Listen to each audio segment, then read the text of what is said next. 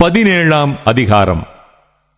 7 கலசங்களை உடைய அந்த 7 தூதரில் ஒருவன் வந்து என்னோட பேசி, நீ வா, திரளான தண்ணீர்கள் மேல் உட்கார்ந்திருக்கிற மகா வேசியோடே பூமியின் ராஜாக்கள் வேசித்தனம் பண்ணினார்களே, அவளுடைய வேசித்தனமாகிய மதுவால் பூமியின் குடிகளும் வெறி கொண்டிருந்தார்களே, அவளுக்கு வருகிற ஆக்கினையை உனக்கு காண்பிப்பேன் என்று சொல்லி ஆவிக்குள் என்னை வனாந்தரத்திற்கு கொண்டு போனான்.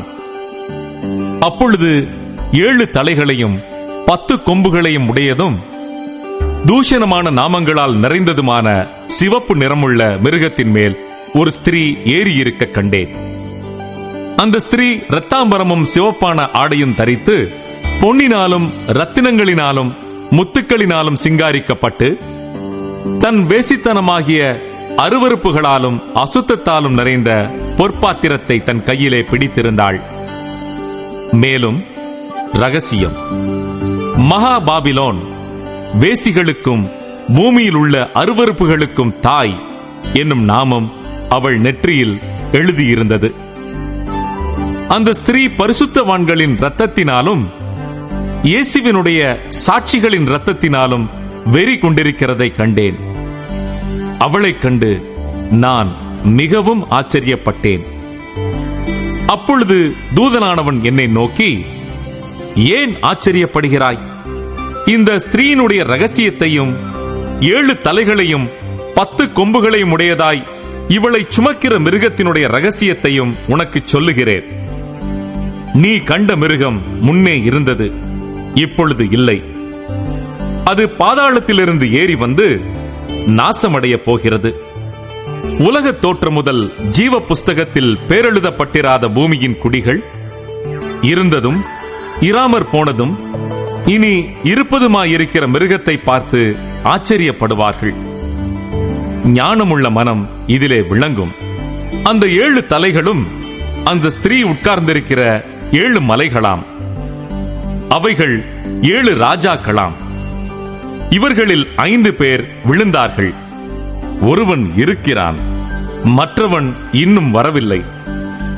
வரும்போது அவன் கொஞ்ச காலம் தரித்திருக்க வேண்டும்.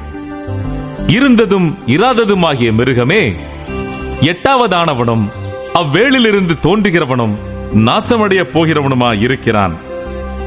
நீ கண்ட 10 கொம்புகளும் 10 ராஜாக்களாம். இவர்கள் இன்னும் ராஜ்யம் பெறவில்லை. இவர்கள் மிருகத்துடனே கூட 1 மணி நேரம் அளவும் ராஜாக்கள் போல அதிகாரம் பெற்றுக் கொள்ளுகிறார்கள். இவர்கள் ஒரே யோசனை உள்ளவர்கள்.